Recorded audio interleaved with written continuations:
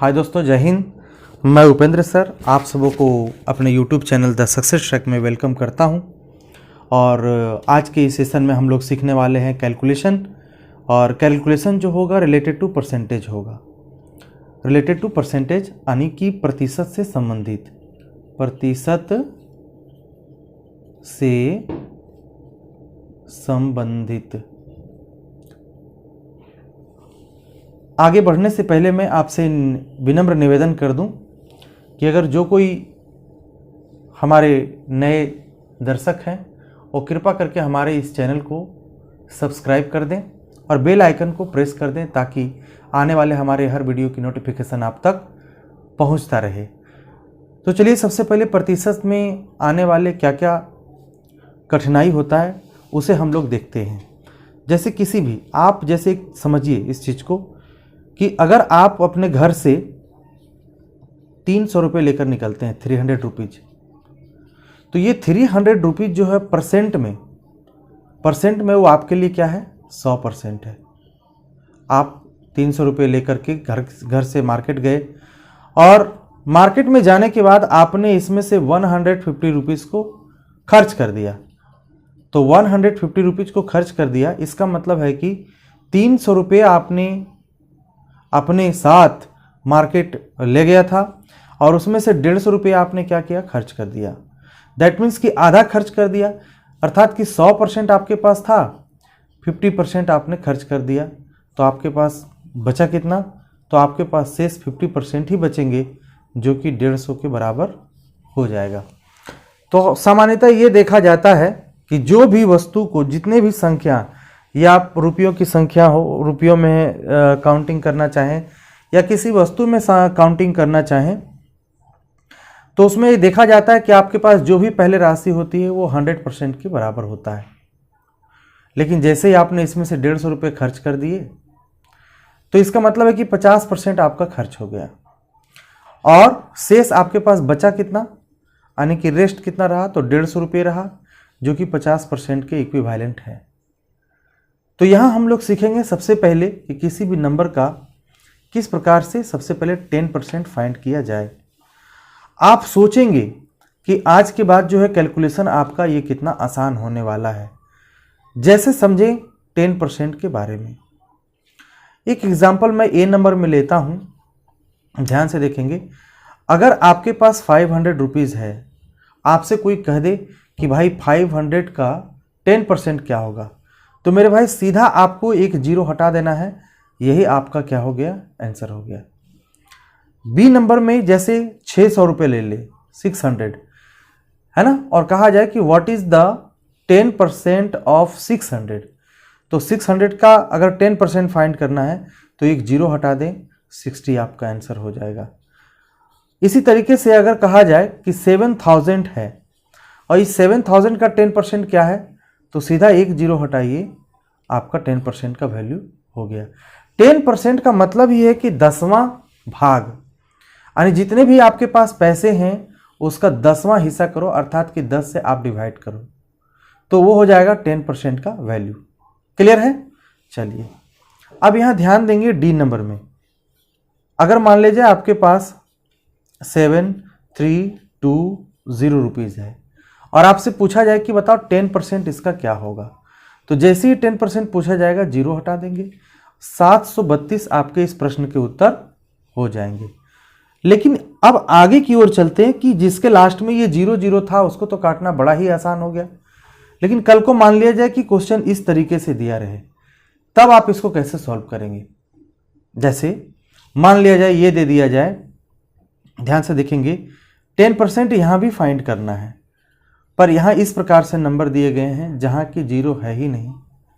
चाहे मान लो कि 34 ही ले लो, 34 ले लेते हैं, 34 इसका 10% फाइंड करना है। तो राइट हैंड साइड से, राइट हैंड इधर पड़ता है, राइट हैंड साइड से आपको 1 डिजिट यहाँ जा करके आपको पॉइंट पुट करना है। जैसे ही आप पॉइंट पुट करेंगे ये हो जाएगा 10% का वैल्यू। इसी तरीके से बी नंबर में देखा जाए, अगर 45 रुपीज़ है और इसका कहा जाए बताओ इसका 45 रुपीज़ का 10% क्या होगा, तो डायरेक्ट इधर से देखना है, एक डिजिट को काउंट करेंगे और यहाँ पे पॉइंट दे देंगे। यही आपका आंसर हो गया 10% फाइंड करने का। तो मैं उम्मीद करता हूं कि आप 10% अच्छे तरीके से सीख गए होंगे। ठीक है, जैसे सी नंबर एक एग्जाम्पल ले लें, 3 4 8 3, और इसमें कहा जाए कि बताइए 10% क्या होगा इसका। तो राइट हैंड साइड से देखेंगे, राइट हैंड साइड से देखेंगे कि एक अंक है 3 के बाद हमें पॉइंट दे देना है, ये आपका आंसर हो गया। अगर आप चाहते हैं कि नहीं ये पॉइंट के बाद 2 जीरो हो, माने 2 अंक हो, तो आप 1 जीरो पुट कर सकते हैं, और इस तरीके से इसका वैल्यू हो जाएगा 3 रुपये 40 पैसे। अगर मैं इसे रुपयों में काउंट करता हूं तो 4 रुपये 50 पैसे, 348 रुपये 30 पैसे।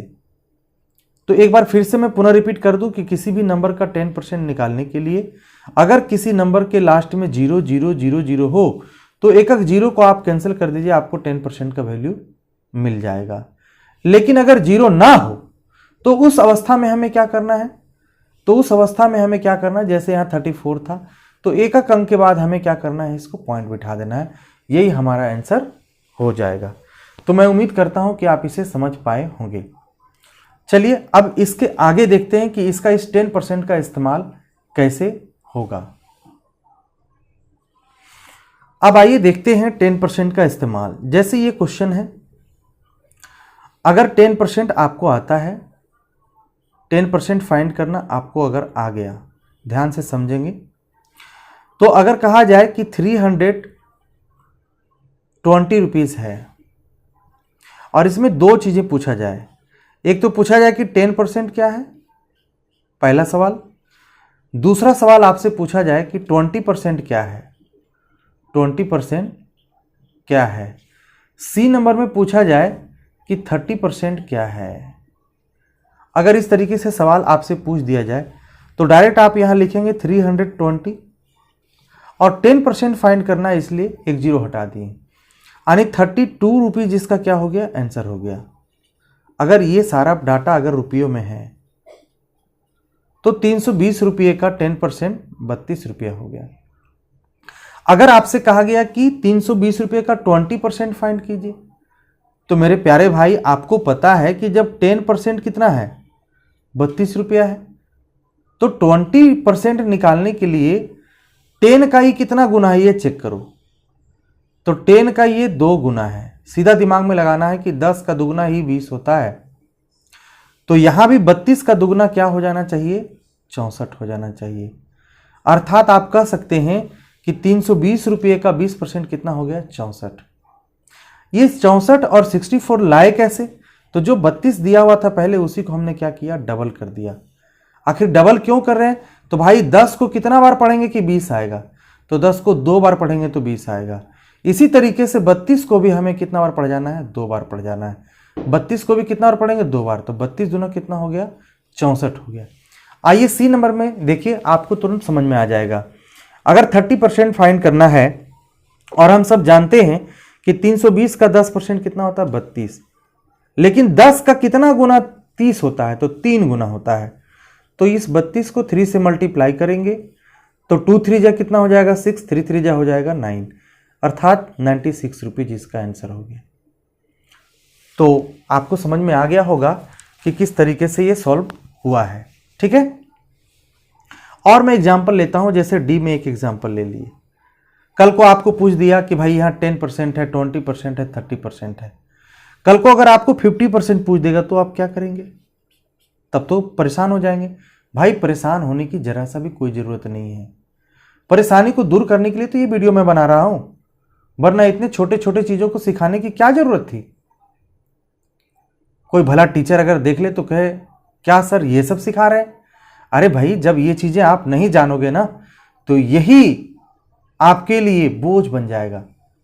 जब मैं क्लास 5 में था, 6 में था, कोई कह देता था कि बताओ 20 रुपये का 10% कितना हो गया, तो उस समय सोचने के लिए विवश हो जाते थे कि आखिर इसका 10% कैसे फाइंड होगा। तो उसे कहते थे कि चलो 10% फाइंड करना, तो ऐसा करिए कि लाइए 20 लिखते हैं, का मतलब गुना होता है, और फिर 10/100 लिखते थे, फिर 1 0 1 0 1 0 1 0 कट करते थे, और फिर तब जाकर के पता चलता था कि 20 का 10% कितना होगा, 2 रुपया। पर आज सोचना नहीं पड़ रहा है। क्यों भाई, क्योंकि आज हमने भी अपने गुरु से सीख लिया है कि 20 है, इसका 10% फाइंड करना है तो 0 हटा दिया जाए। जैसे ही आप 0 हटाएंगे आपका आंसर 2 हो जाएगा, है ना, अर्थात 20 का 10% 2 हो गया। तो इसी तरीके से अगर आप दिमाग लड़ा ले कि भाई अगर 15% निकालना है तो सबसे पहले इस 15% को हम 2 टिपार्ट में बांट देंगे। पहला तो ये बांटेंगे कि भाई 15% में 10% को रखेंगे और फिर 5% को रखेंगे। और आपको पता है कि 10% का वैल्यू क्या होता है, तो 10% का वैल्यू आपके पास कितना है, 32 है। तो 5% का वैल्यू 32 का आधा 16 हो जाएगा। तो 32 और 16 को जोड़ेंगे तो डायरेक्ट क्या आ जाएगा, 48 आंसर आ जाएगा। तो मैं उम्मीद करूं कि आप समझ गए होंगे। चलिए अब एक क्वेश्चन और आपके सामने रखते हैं। जैसे मान लिया जाए ये क्वेश्चन हो गया 400 रुपये का लिखकर डैश दे दिए, और ये पहला नंबर में लिख देता हूं कि इसका निकालना है 15%। तो आपको मुजवानी निकालना है बिना कैलकुलेशन के। कैसे निकालेंगे, तो 2 भाग में इसको बांटेंगे कि भाई 15% आया कैसे। तो दिमाग में ये रखना है कि 15% जानने के लिए हमें क्या जानना है, 10% को जानना है। तो 10% तो जान गए कि 10% इसका निकालेंगे तो 1 0 हटाएंगे तो 10% आएगा 40। अगर 10% 40 है तो 10 का आधा होता है 5, तो फिर 40 का भी आधा 20 ले लो। फिर से एक बार समझिए, 400 का आप 10% निकाल रहे हैं तो 400 का 10% तो 40 हो गया, लेकिन हमें 5% और चाहिए। तो 10 का आधा है 5, तो भाई 40 का भी आधा लो ना 20, और दोनों को मिला दो, कितना बन जाएगा, 60 मिल जाएगा। और इसी को हम सीखते हैं बेसिक तरीके से। तो इस तरीके से सीखा जाता है 400 का 15%। 400 का मतलब गुना 15, और प्रतिशत के लिए नीचे 100 लिखते हैं। 00 से 00 कट गया, 4 को 15 से गुना करेंगे 60 आ जाएगा। ये तरीके का इस्तेमाल करते हैं। लेकिन हमें ये जो तरीका है जहां पेन पेंसिल नहीं लगेगा मेरे भाई, नहीं लगेगा, बिल्कुल आसानी से हो जाएगा। तो क्यों ना हम इस तरीके को सॉल्व करें, इस तरीके को फॉलो करें। ठीक है, आइए क्वेश्चन नंबर 2 को देखते हैं। अगर आपको निकालना है 25%, कितना फाइंड करना है, 25%, तो आप क्या करने वाले हैं, तो आप कहेंगे जी बिल्कुल सही बात है कि 25% निकालेंगे तो वेरी इजी से निकल जाएगा, बहुत ही इजी से निकल जाएगा, बहुत ही आसानी तरीके से, आसान तरीके से निकल जाएगा। जैसे मान लो इसको 20% करेंगे और यहाँ 5% करेंगे। 20% का वैल्यू क्या होगा, अभी अभी आपने देखा कि 10% का वैल्यू है 40, तो 20% का वैल्यू कितना हो जाएगा, 40 दूनी 80। और उसके बाद 5% का वैल्यू अभी अभी आपने निकाला, कितना निकाला भाई, 5% का वैल्यू 20, तो 5% का वैल्यू यहाँ 20, इन दोनों को जोड़ दो तो कितना हो जाएगा, 100। अब चलो बेसिक तरीके से एक बार चेक कर लो कि क्या सच में बेसिक तरीके से आता है, तो बिल्कुल आएगा। 400 का अगर आप निकालना है 25%, तो 400 का मतलब गुना 25 बटे कितना होगा, 100। 00 से 00 काट दिया, 25 चौके 100, 25 चौके कितना आ गया, 100 आ गया। आया कि नहीं आया, 25 चौके कितना आ गया, 100 आ गया। तो इस चीज को समझना बहुत ही जरूरी है। ठीक है, 25 चौके 100 आ गया। तो दोस्तों और भी आगे हम लोग पढ़ेंगे इसमें, है ना। तो अब आखिरी बात ये बताने जा रहे हैं, आप इसको समझने का कोशिश कीजिएगा कि चलिए व्यवहारिक जीवन में इसका क्या प्रयोग है। जैसे आप किसी बुक स्टोर में गए, एक किरण का बुक है, किरण का मैथ है, ठीक है, और इस किरण का मैथ बुक का दाम है 320 रुपये, और दुकानदार जो है आपको छूट दे रहा है। छूट दे रहा है कितना परसेंट का, बोल रहा है चलिए मैं आपको 30% का छूट देता हूं, आप इस किताब को ले लीजिए। तो सबसे पहले इस 320 का 30% तो मैं निकाल लूं। तो 30% निकालने के लिए आपको 30 में 3 बार 10 होता है, ये दिमाग में रखना है कि 10 कितने बार होता है, 3 बार। और एक बार 10 निकालेंगे तो 10% में 0 कट जाएगा, तो मेरा बनेगा कितना, 32। और एक बार 10, 2 बार 10, 3 बार, तो 3 से डायरेक्ट गुना कर देना है ना। 32 दिया कितना हो गया, 96। यानी 96 रुपया मुझे क्या कर रहा है, वो छूट दे रहा है। तो किताब का दाम पड़ेगा कितना, तो किताब का दाम कितना था, 320 रुपये था। 96 इसमें घटा लीजिए, 10 में से 6 गया तो 4, 11 में से 9 गया तो 2, और यहाँ कितना बच गया 2। तो ये हो गया 224 रुपया। तो मैं उम्मीद करता हूँ कि आप इसे अच्छी तरीके से समझ गए। पर धीरे धीरे चीज़ों को डेवलप करना है और भी शॉर्ट सीखना है। और भी आगे मैं बताऊंगा कि कोई भी पुस्तक का दाम 320 रुपया है, 30% छूट दे रहा है, तो बेचेगा कितना में, 70% में बेचेगा। कितना बेचेगा, 70% में। तो 70% में बेचेगा, तो ये परसेंट जैसे ही हटाएंगे, यहाँ से 0, यहाँ से 0 हट जाता है। 2 सते 14 और 3 सते 21 और 1 22, 224 रुपया। तो ये भी एक तरीका है, ये भी एक सॉल्यूशन का तरीका है। पर अभी इसे हम लोग नहीं करेंगे। अभी जो है अपने माइंड में ये सीखेंगे कि 30% को बिना कॉपी कलम के 3 बार 10 होता है, और 1 बार 10% का वैल्यू 32 होता है, तो 3 बार के लिए 96 हो गया। 96 को छूट देना है तो घटा देंगे, यानी कि किताब दुकानदार को 224 रुपया पे करना पड़ेगा। तो दोस्तों कैसा लगा ये आज का वीडियो, आप कमेंट करके जरूर कमेंट बॉक्स में लिखिएगा, क्या आपके लिए ये लाभदायक हुआ। कल भी इसका पार्ट 2 लाएंगे, इसी तरीके से आगे चलते जाएगा। और मेरा पूरा ध्येय है कि आपके इस कैलकुलेशन को बेहतर से बेहतर बना दूं। तो दोस्तों आप कमेंट के द्वारा जरूर लिखेंगे और इस वीडियो को लाइक जरूर करेंगे और शेयर भी करेंगे। तो दोस्तों मिलते हैं अगले वीडियो में। जय हिंद।